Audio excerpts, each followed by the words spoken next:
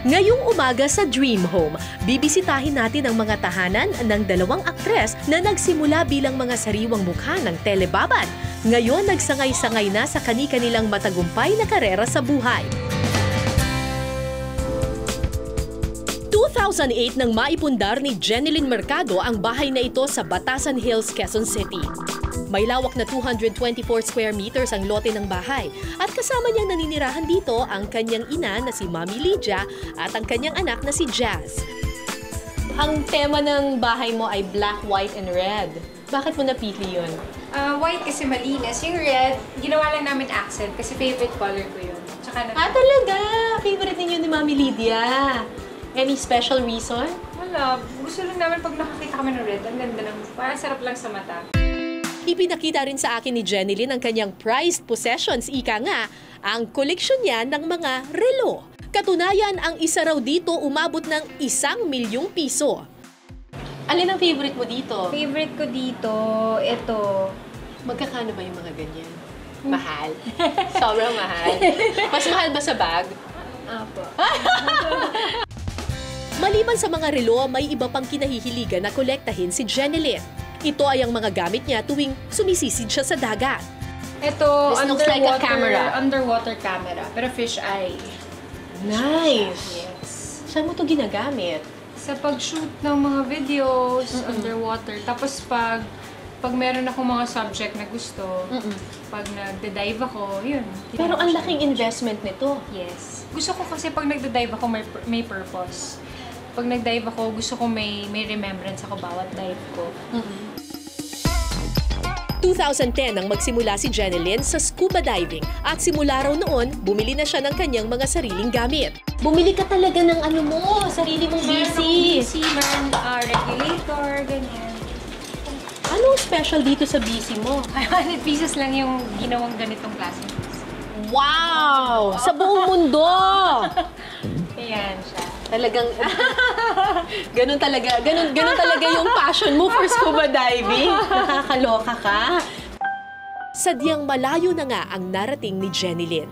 Malayong-malayo sa buhay na kanyang kinagisnan nung siya'y musmus pa lamang.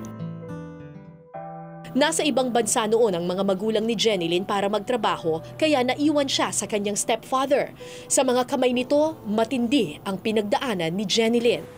Physical abuse. Talagang dumating na sa point na sa sobrang kakabugbog sa akin, hindi na ako makabangon sa bed. Tapos makikita nila, iba na yung itsura ko kasi yung nakalabas na yung ganun, yung mata ko. Tapos ang laki ng ulo ko. Siguro dahil sa talagang kakabugbog sa akin. Magang-magala. Tapos pinlansya ka rin daw. Yung likod ko, plinansya. Tapos pinapaso ako ng cigarette. Tapos pag pinaso niya na ako ng cigarette, di ba, maglolobo siya. Aanuhin niya yun, pipisain niya yun. Para gusto niya talaga yung nakakasakit, ganun yung ano. And you were just 3 years old? Yes. Bakit daw? No idea. Wala. Siguro dahil nakukulitan siya, dahil bata, di ba? Pag natural naman sa bata talaga makulit, magulo, nagkakalat, ganun. Siguro dahil ganun. Nabalitaan ni Lydia Mercado, tiyahin ni Jeneline ang pambubugbog sa bata. Kaya't agad siyang gumawa ng paraan para masagip si Jeneline mula sa kamay ng abusadong tatay-tatayan. Legal mother mo na siya ngayon. Yes. Iba yung relationship namin eh. Talagang kahit kami lang, kahit wala akong barkada, kami lang, okay na. Kumbaga parang siya yung hero ko eh. Yun yung siya lahat. Si Mami Lydia, bakit parang naiiyak ka?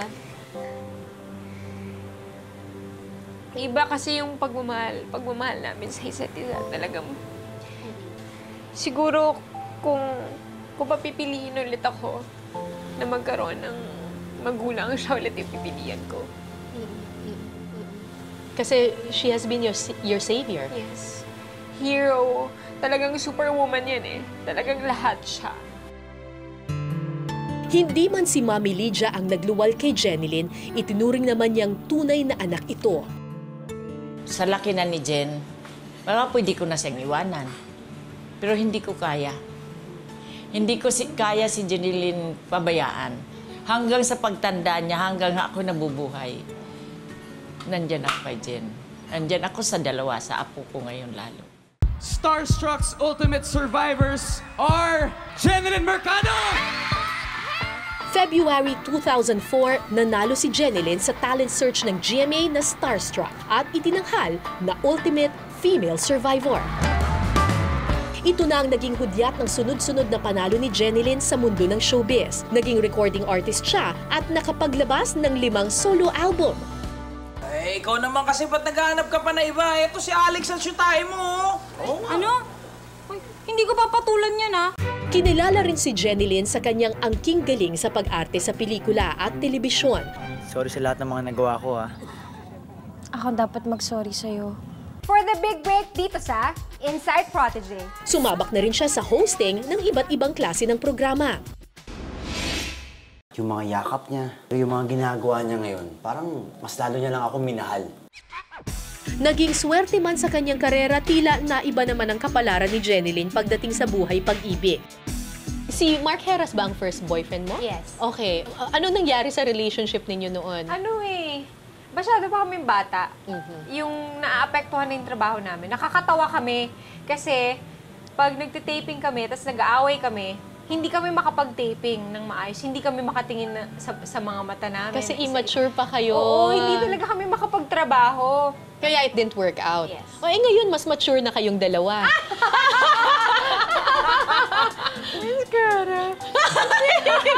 Baka mamaya, balitaan na lang namin kayo na ulit ni Mark Heras. Ngayon, mas mature na kayong dalawa.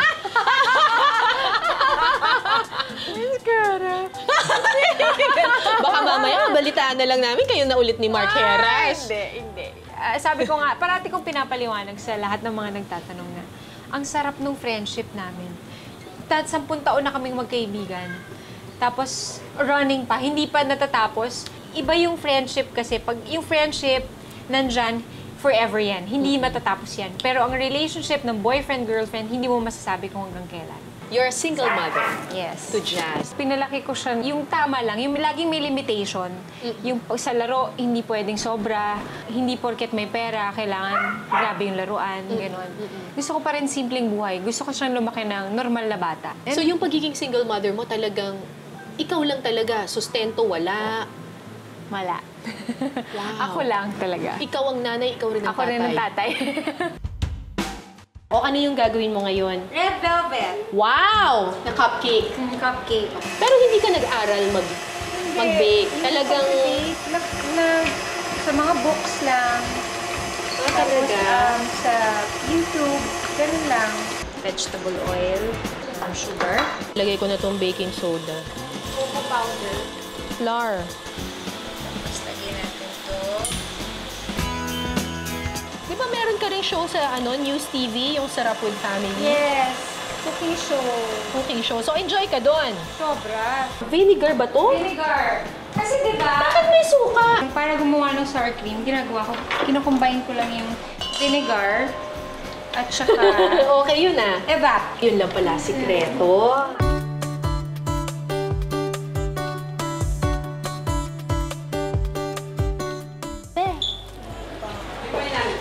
Ay, ang sarap niya. Hindi siya masyadong matamis na matamis. Okay siya. Mas okay yung gano'n. Sa ngayon, exclusively dating daw si Jen at ang kanyang ex-boyfriend na si Dennis Trillo. Pag i-describe mo yung buhay ni Jeneline Mercado after all ng pinagdaanan mo, ano ba si Jeneline Mercado? Simple. Tsaka very colorful ang buhay ko. Parang pelikula. Anong mensahe mo para sa iba pang mga bata na dumaan sa ganitong klaseng traumatic experience din? Huwag silang mawawalan ng pag-asa kasi hindi naman habang buhay, ganun yung pagdadaanan nila eh.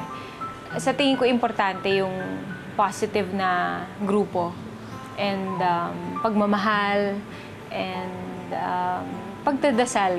Kasi kung wala si God, siguro hindi ko na rin alam kung anong mangyayari sa akin. You're a very, very strong woman. Thank you. A strong mother, a strong woman, and inspiration to a lot of people. Thanks very much. Thank you, Miss Maraming salamat. Gaya ni Jeneline, dumaan din si Bianca King sa matinding pagsubok sa showbiz. Pero aminado siya na ang pag-aartista ang naging susi para maipatayo ang pangarap na tahanan. Sino nga ba siya sa likod ng kamera? At ano ang mga pangarap na gusto niyang matupad sa bagong landas na tinatahak? Bisitahin natin si Bianca King sa kanyang dream home. Ang 4 na palapag na townhouse na ito sa Taguig ang itinuturing na dream home ng aktres na si Bianca King. Ito raw ang bunga ng kanyang pagtatrabaho bilang artista at halos 5 taon na pag-iipon. Kung dati shabby chic ang tema nito, ngayon may mid-century influences na ang disenyo nito. So this is a newly renovated house. Oo. Bakit ka nag-decide na mag-renovate? Kasi nagsawa na ako sa furniture ko. Ano ba yung dati. look nung pad mo dati? Dati, shabby chic siya. And makikita nila yun sa vlog ko.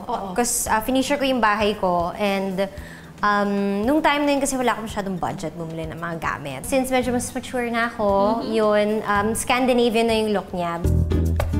Halos lahat ng gamit niya rito nilagyan ng kanyang personal touch, maging bago man ito o segunda mano.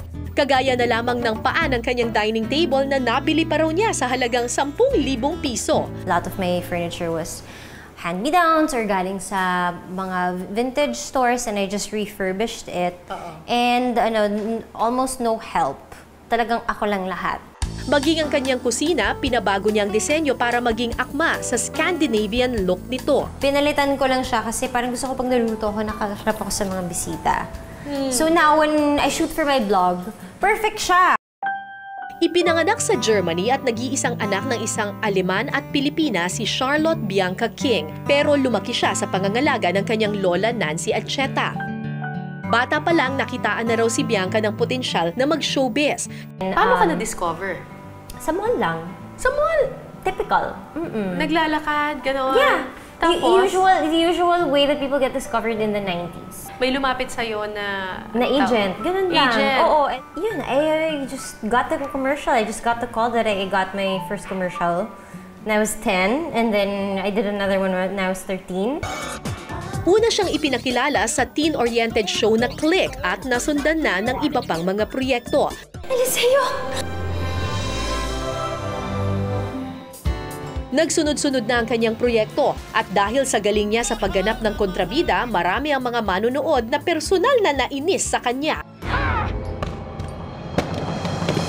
Nung mga panahon na yun, medyo... There were times, I guess, because sobrang immature ko, I took it personally. Kasi... Ewan ko, kasi parang pag sinastereotype ka for a certain role, parang bakit ganito lang yung iniisip nila na kaya kong gawin? Oo, minahal ko noon si Raul. Pero wala na akong balak na agawin siya sa'yo. Makalipas ang 7 taon niyang pang-aapi sa mga bida, siya naman ang inapi sa soap operang pinagbidahan niya noong 2011, ang Sinner or Saint.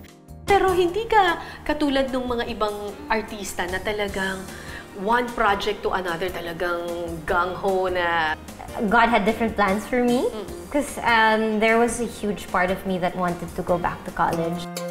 Lingid sa kaalaman ng marami sa kabila ng pagiging abala sa mundo ng showbiz, nakapagtapos si Bianca ng kursong digital filmmaking sa College of St. Benilde noong 2011.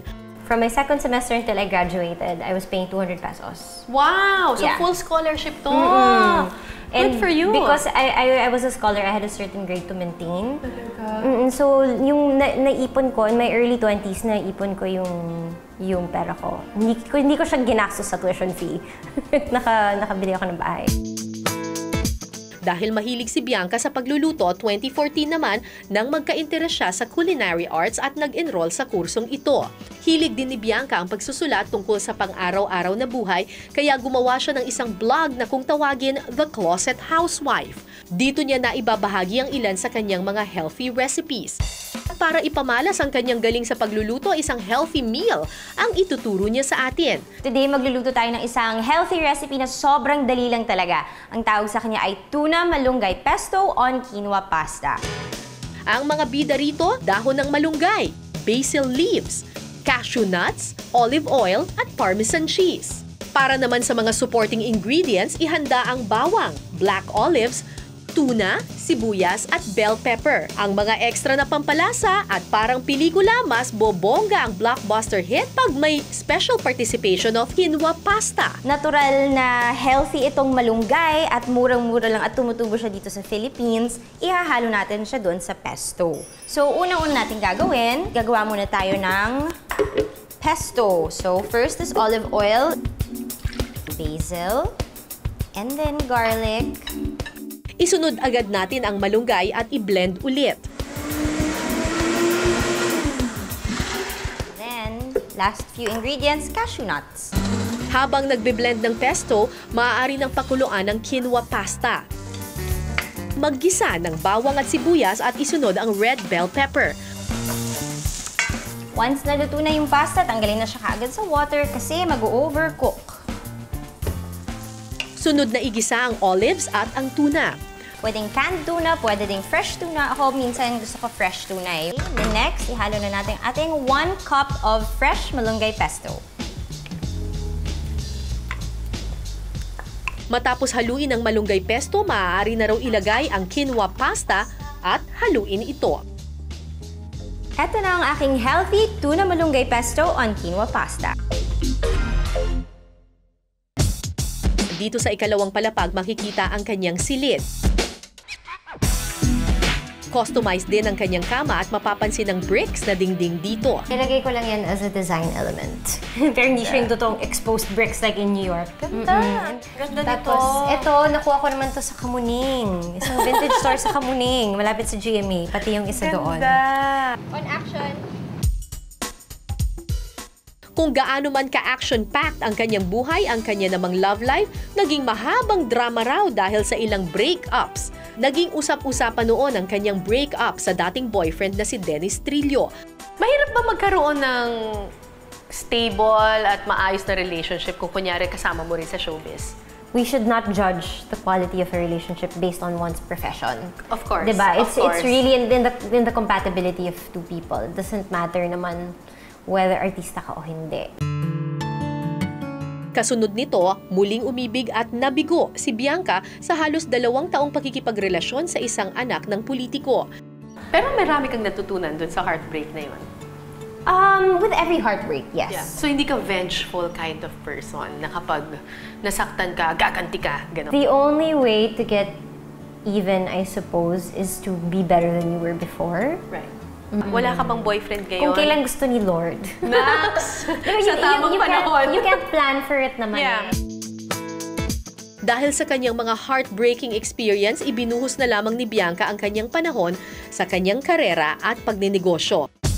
Bukod sa kakaibang interior design concept ng restaurant, organic daw ang mga inihahain dito na pagkain na sakto para sa mga nagnanais na makatikim ng healthy meal.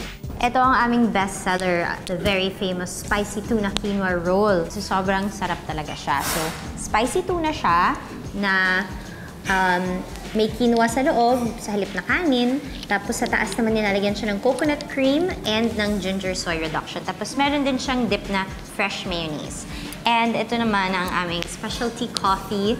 Cashew latte siya. And itong gluten-free banana muffin with peanut butter. Anong advice mo sa mga iba pang mga tao na gusto ring pumasok sa show business? And make sure that it's something that you're really passionate about. You're not doing it for the fame or for the money. You're doing it because you have this fire inside of you that wants to perform. And with that, maraming Thank salamat. you. We love the new Bianca. Thank you. Thank you Thanks so very much. Thank you.